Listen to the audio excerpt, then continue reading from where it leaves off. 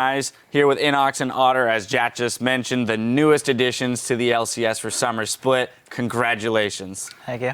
Thank you so much. If I were closer, I would shake your hand, Otter. I do want to ask you the first question, though. You have been trying to get into the LCS for quite a long time now. You've made it. You've made it. How does it feel? It's probably the best feeling I've ever experienced. Like, I'm so extremely happy right now. Like, I'm so proud of everyone on my team, and I'm so proud of myself. Like, I'm just so happy. Well, congratulations again. And Inox, you have been in the LCS before. This is the story, the journey of your return to the LCS and moving from the top lane to the mid lane. So give me a little bit about what this has been like for you.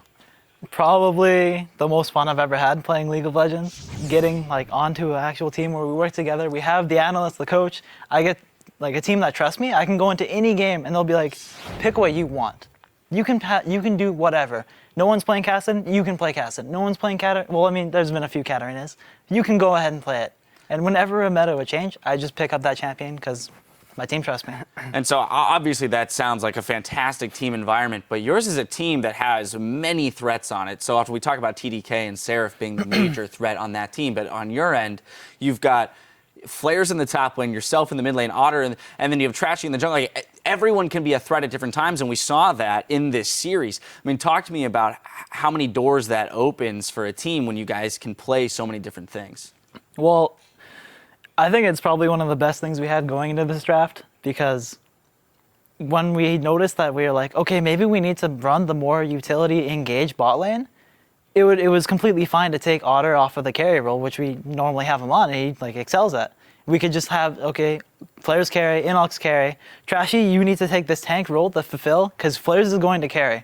And everything just worked out, well, ever since we cleaned that up. Absolutely. And Otter, speaking of which, you had to deal with that Shyvana in your face every single time. I mean, it was just like, we're back here on the analyst just going, oh my God, he's being left out to dry here. They talk about your fantastic itemization, but I mean, assuming that role on your team, I mean, your heart must have been just pumping knowing that, like, all I have to do is run, dodge, duck, dip, dive, and dodge as much as I can there at the end of the game. Yeah, it actually felt like I was playing a completely different game, because there was like this team fight going on that I wasn't even watching. I didn't know how it was going, because all I was trying to do was run away from the Shyvana. And that's literally what the game came down to. It was just me running away from the Shyvana. Like, that's all I did. Now, going into this series as a whole, I want to take a step back and look at your guys' mentality as a team coming into this, because you were touted as the best challenger team.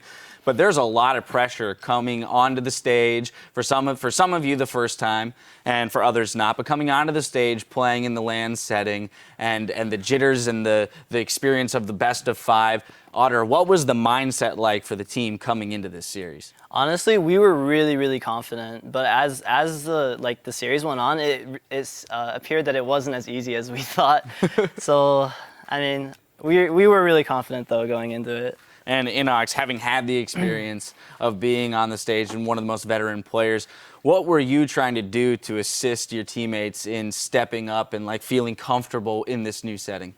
Well, we were definitely confident going in, but then having everyone be like, yeah, I think enemy's gonna 3-0 or 3-1, like it'll be a completely stop.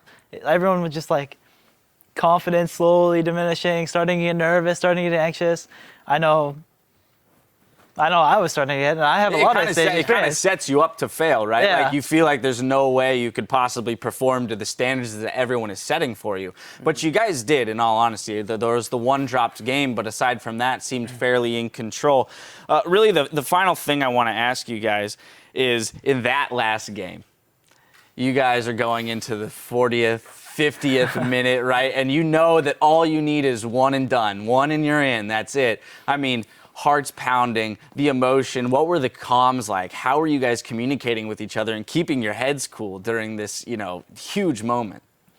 Well, for me, I was actually just trying to stay a bit quiet, because I was a bit sad from the Shyvana just killing me over and over. So I wasn't trying to influence everyone else by that way.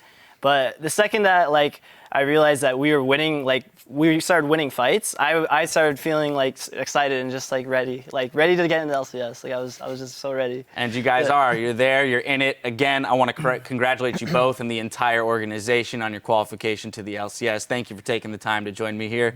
I'm sure you want to go out and celebrate. Definitely. Anyway, to close out our evening, we're going to send it back over to our guys on the caster desk.